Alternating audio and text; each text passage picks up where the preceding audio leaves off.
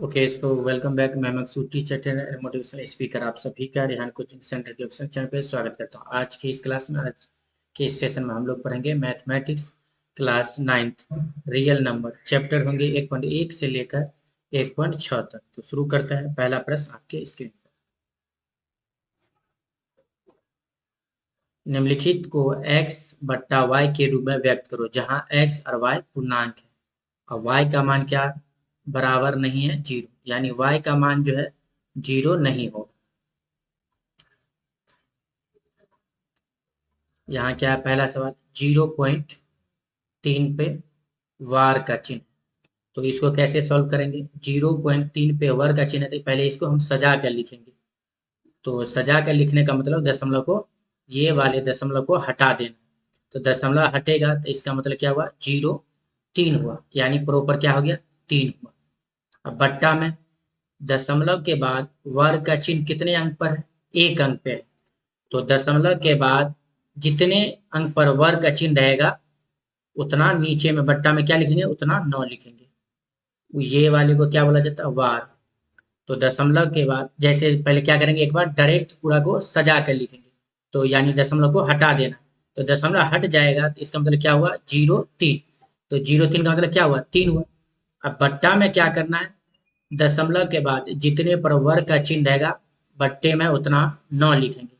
तो दशमलव के बाद कितने पे वार का चिन्ह है? 1 अंक पर है, तो बट्टा में 1 9। और जो कैंसिल होता है कैंसिल करें।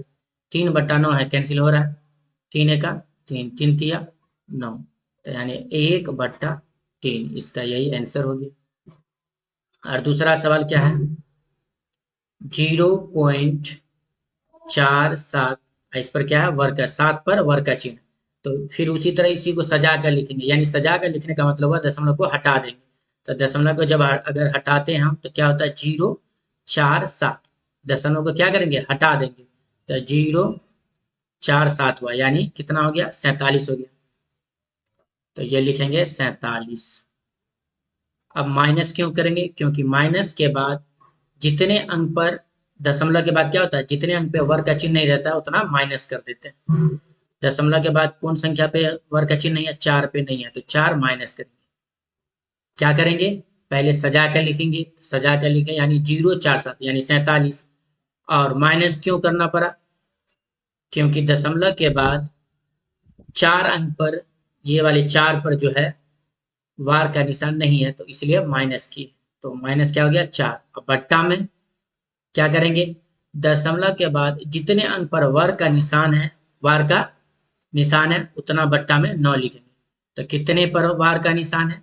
7 पर, यानी 1 अंक पे है तो 1 9 लिखेंगे। ये हो गया। फिर उसके बाद ये भी देखेंगे, यहाँ तो 4 पे वार का निशान नहीं है। तो 4 पे वार का निशान नहीं है, यानी 1 अंक पर वार का निशान नहीं है, तो नीचे में क्या लिखेंगे? 1 0 लिखेंगे। पहले क्या करेंगे? सजा कर लिखेंगे। तो 0.47 यानी 47। माइनस क्यों किए?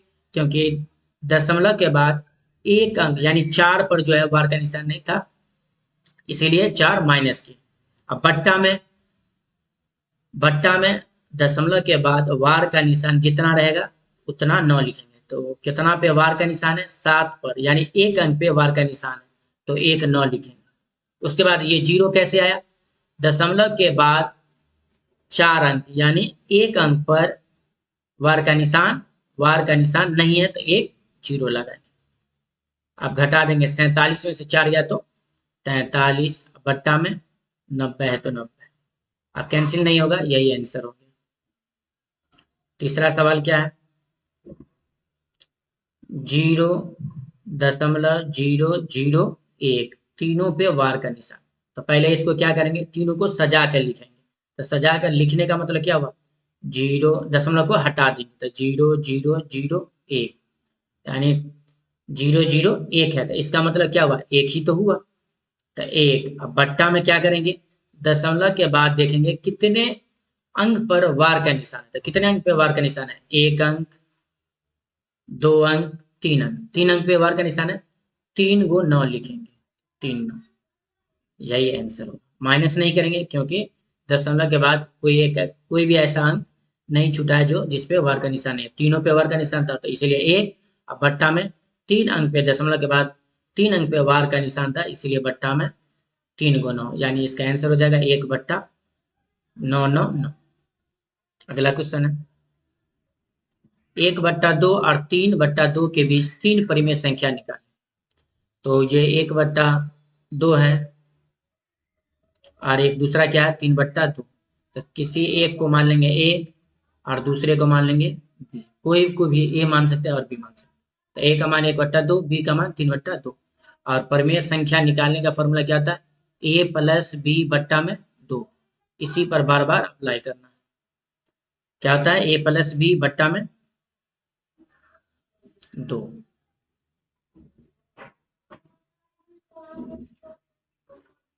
ए प्लस बी बट्टा में 2। तो 3 परिमेय संख्या बोला है, तो पहले निकालेंगे पहली परिमेय संख्या। पहली परिमेय संख्या, पहली परिमेय संख्या, पहली परिमेय संख्या। पहली परिमेय संख्या लिखेंगे तो क्या होगा, ए प्लस बी बट्टा में 2। ये फॉर्मूला ए प्लस बी बट्टा में 2। तो ए का मान कितना है 1/2 प्लस बी का मान कितना है 3/2 और सबका बट्टा कितना है 2। अब ये 2 और 2 का ऊपर वाले का एलसीएम लेंगे तो कितना हो जाएगा 2। 2 एक का 2, एक मरतबा एक को 1 से गुना तो कितना होगा 1 प्लस 2 एक का 2, एक मरतबा एक को 3 से तब 3। ये पहले से बट्टा में 2 है तो 2 लिखेंगे। तो इसका आंसर कितना आएगा 3 अरे 4।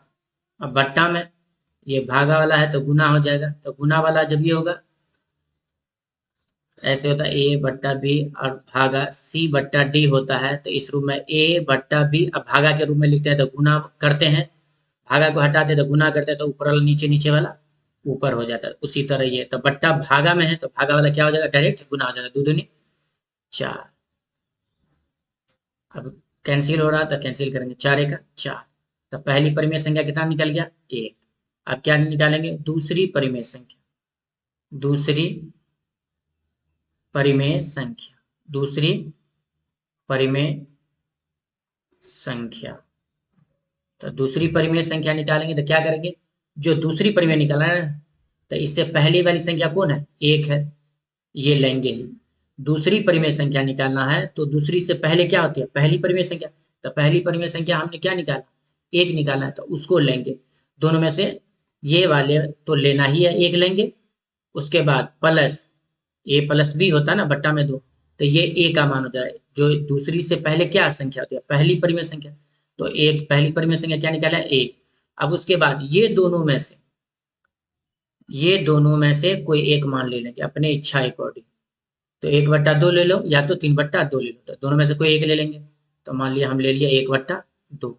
अब बट्टा में फॉर्मूला में क्या होता है 2, तो बट्टा में क्या लिखेंगे 2। अब यहाँ नहीं कुछ है तो बट्टा में 1।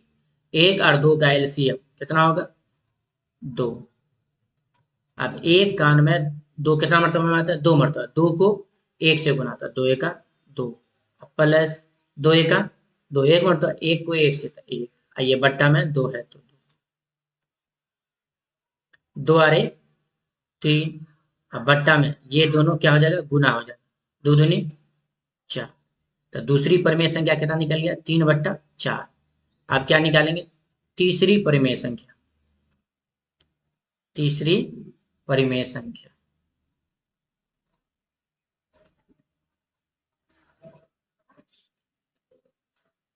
तीसरी परिमेय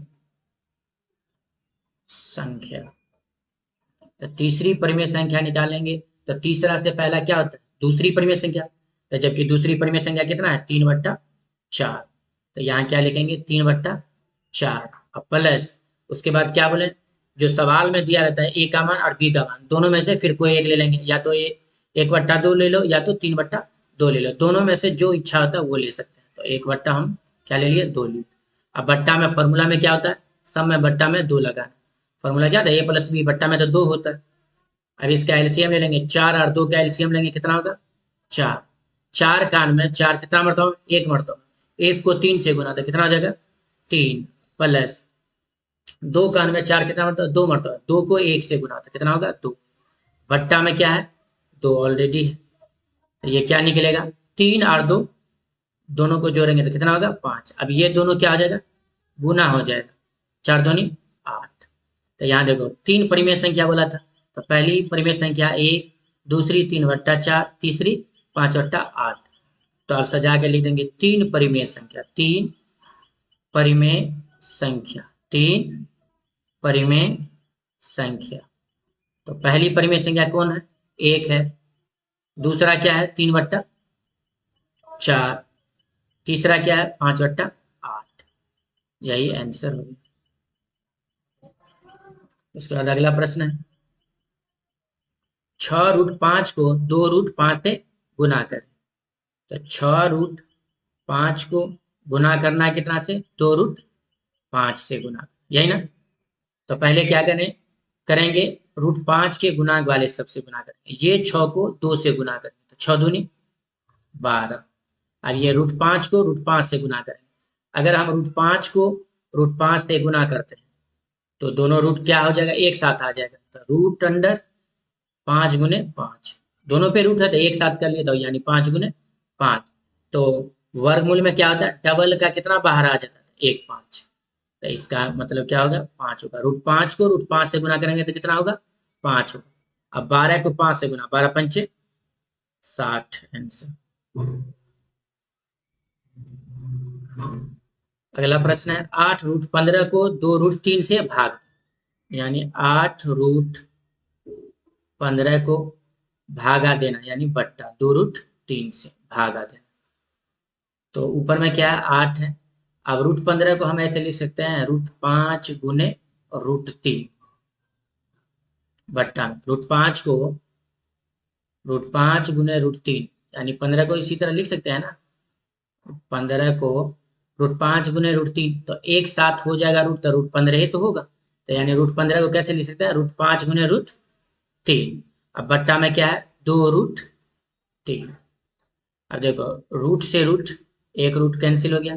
अब ये 2 से 2 चौका 8, तो ऊपर में क्या बचा, 4√5। और नीचे में बट्टा में नहीं कुछ, तो एक मरतबा में कटा था एक, तो इसका आंसर क्या आ गया, 4√5। ये आंसर। उसके बाद अगला प्रश्न है, यदि 1/7 का मान दिया है कितना, 0.142857, तो दशमलव प्रसार क्या होंगे, 2/7 का, 3/7 का, 4/7 का। तो यहाँ 1/7 का मान दिया है 0.142857, यही दिया है। सभी पे वार का निशान है, 1428557, यानी 1/7 का मान कितना दिया है, 0.142857 दिया है। तो हमको क्या निकालना है, 2/7 का मान निकालना है, 3/7 का, 4/7। तो इससे 2/7 का मान निकालेंगे। तो यहाँ देखो 2/7 को हम ऐसे लिख सकते हैं, 2 गुने 1/7 ऐसे लिख सकते हैं, क्योंकि 2 को 1 से गुना करेंगे तो 2 होगा, 2 1 2/7। बात तो सेम ही पड़ रहा है। तो यानी 2/7 को हम कैसे लिख सकते हैं, 2 गुने 1/7। अब यहाँ देखो 2 गुने, अब 1/7 का मान सवाले में दिया है, कितना मान दिया है, 0.142857, सभी पे वार का निशान। इसको 2/7 को ऐसे क्यों लिखे, 2 गुने 1/7, क्योंकि हमको पता था, सवाल में दिया था कि 1/7 का मान ये इतना दिया हुआ है। तो इससे क्या हो गया, 2 गुने 1/7, यानी 2 1 2/7। बात तो बराबर पड़ रहा है। अब क्या करेंगे, ये 2 को ये सभी अंक से क्या करेंगे, गुना कर देंगे। 2 को 7 से गुना करेंगे, फिर से गुना करते हो, 2 सत्ते 14 का 4 हासिल 1, 2 पंचे 10 और 1 11, 11 का 1 हासिल 1, 2 अट्ठे 16 और 1 हासिल वाला 17 का 7 हासिल 1, 2 दूनी 4 और हासिल वाला 1, कितना हो गया 5, 2 चौका 8, 2 एका 2, दशमलव है तो दशमलव, और ये 0 का, 2 को 0 से गुना करेंगे तो 0। इसका आंसर, इस पे वार का निशान हो जाएगा, और ये है आंसर होगा इसका। अब क्या निकालना, 3/7। तो बताओ अब 3/7 को कैसे लिख सकते हैं? जैसे 2/7 को लिखे थे 2 गुने 1/7, तो इसको भी ऐसे ही लिख सकते हैं ना, 3 गुने 1/7 ऐसे लिख सकते हैं। कहें कि क्योंकि 3 अब बट्टा में क्या हो जाएगा 7, तो बात तो सेम है पड़ रहा है। अब बताओ 3 गुने 1/7 का मान कितना दिया है, 0.142857 पूरे पे वर्ग करें। अब ये 3 को ये पूरे अंक से गुना कर देंगे, 3 को 7 से गुना करेंगे, 3 सत्ते 21, कितना बचा 2, 3 पंचे 15 और 2 17, 17 का 7 हासिल 1, 3 अट्ठे 24 अरे 25 हासिल 2, उसके बाद 3 दूनी 6 और 2 8, ठीक। उसके बाद 3 चौका 12 का 2 हासिल 1, 3 एका और हासिल वाला 1 4, और दशमलव है तो दशमलव, और 3 को 0 से गुना तो 0। देख लो गुना ठीक है, 3 सत्ते 21, 2, 3 पंचे 15, दूसरा है 7 हासिल 1, 3 अट्ठे 24 1, 25 2, 3 दूनी 6 और 2 8, 3 चौका 12 का 2 हासिल 1, 3 एका 1 4, ये आंसर हो गया। सब पे क्या होगा, वर्ग का निशान। उसके बाद क्या निकालना है, 4/7। निम्नलिखित व्यंजकों में से प्रत्येक व्यंजक को सरल करें, मतलब आसान करना। पहला सवाल क्या है, 3 + √3 और 2 + √2। तो यहाँ देखो 3 + √3 इंटू में क्या है 2 + √2, सरल मतलब आसान करना, गुना करना। अब देखो 3 + √3 है गुने 2 + √2, ये वाले 3 को क्या करेंगे, ये दोनों से गुना करेंगे, फिर ये √3 को ये दोनों से गुना करेंगे। तो 3 इंटू ये वाला लिखा पूरा 2 + √2, उसके बाद क्या है प्लस है तो यहाँ प्लस लिखेंगे √3, उसके बाद क्या होगा 2 + √2। यहाँ देखो ये 3 को ये दोनों से गुना 2 + √2, फिर +√3 को ये क्या करेंगे 2 + √2 से गुना।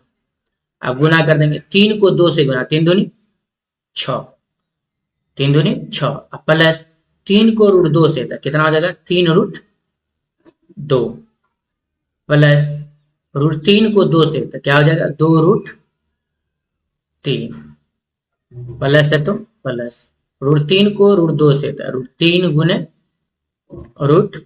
तो यहाँ देखो 6 + 3 √2 प्लस 2 √3, ये √3 को √3 से अंदर चला जाएगा, गुना हो जाएगा एक साथ, तो √3 को 3 से तो 3 दूनी कितना हो जाएगा 6। यानी ऐसे फॉर्मूला √a गुने √ अगर b रहेगा तो क्या लिख सकते हैं √a गुने b, यानी अंदर वाले को क्या करेंगे गुना कर देंगे, तो क्या हो जाएगा √ab। अब यही आंसर हो गया, कोई जाति नहीं है, ये 3 √2 है, ये 2 √3 है, नहीं जुटेगा, यहीं पे क्या हो जाएगा इसका आंसर हो जाएगा। उसके बाद अगला सवाल क्या है,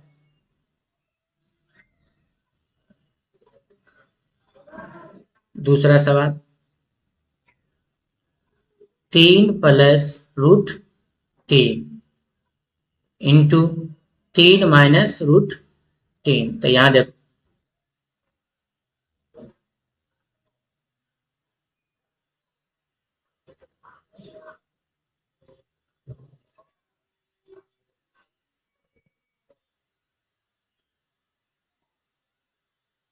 यहाँ क्या 3 + √3 और इंटू 3 - √3 है, ठीक।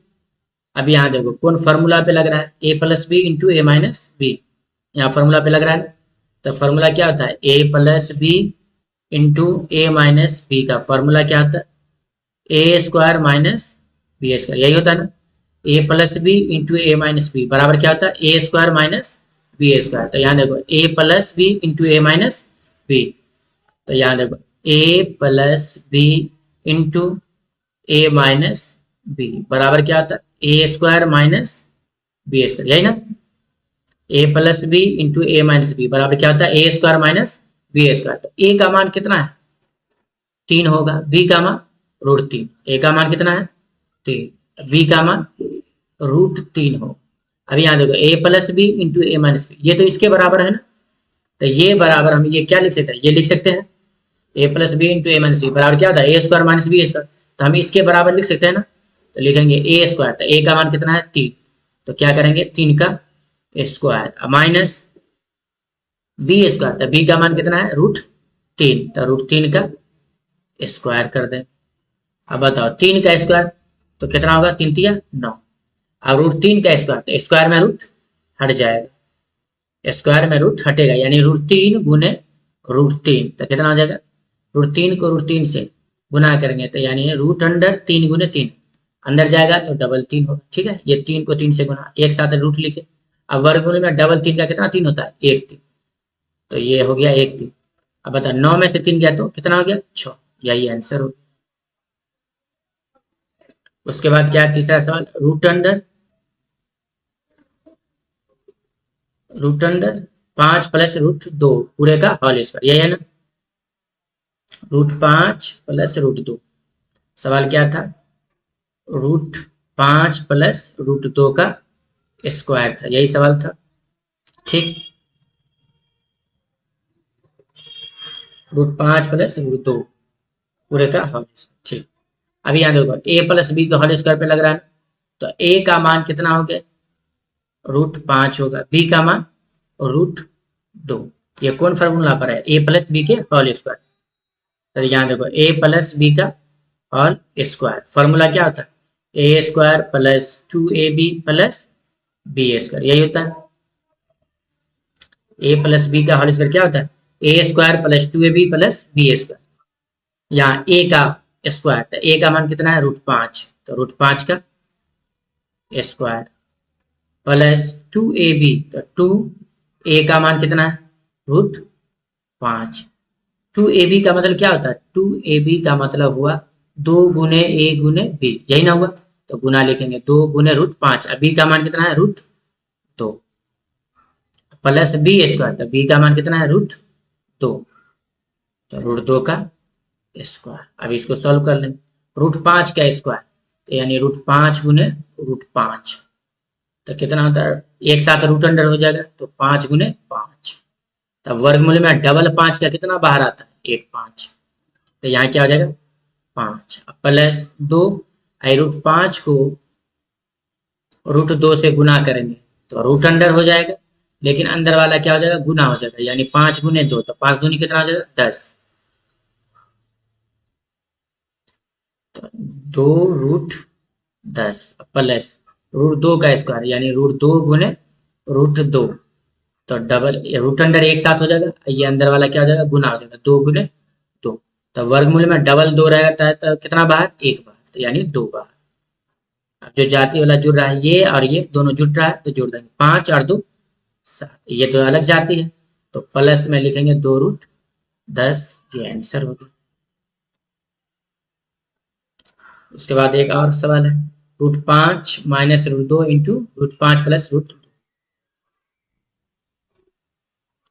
√5 माइनस √2 इंटू √5 प्लस √2। अब ये देखो कौन फॉर्मूला पे लग रहा है a माइनस बी और a प्लस बी पे लग रहा है ना, या देखो a का मान √5 b का मान सेम है √2 है, a का मान √5 b का मान √2, तो यहाँ देखो a माइनस बी और a प्लस बी बराबर क्या होता है a square minus B square, a minus B into A plus B बराबर क्या होता है A square minus B square.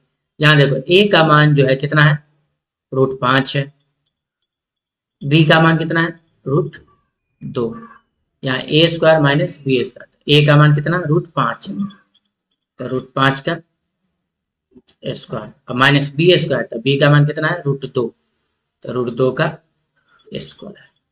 अब देखो √5 का स्क्वायर है यानी स्क्वायर में रूट हट जाता है, तो √5 गुने √5, तो रूट अंडर एक साथ लिखेंगे 5 गुने 5 अंदर गुना कर देंगे, तो डबल 5 का 1 5, वर्गमूल में डबल 5 का कितना निकलता है एक बार, यानी स्क्वायर में रूट क्या हो जाता है हट जाता है, तो स्क्वायर में रूट हटेगा तो क्या बचेगा 5 माइनस फिर √2 गुने √2, तो उसी तरह स्क्वायर में रूट हट जाएगा, तो √2 गुने √2, तो एक साथ होगा यानी 2 गुने 2, तो वर्गमूल में डबल 2 का कितना 2 होगा 1 2 होगा, तो यानी स्क्वायर में रूट हट जाएगा, तो यानी 2, √2 का स्क्वायर 2, तो 5 में से 2 जाएगा तो कितना बच जाएगा 3, यही आंसर।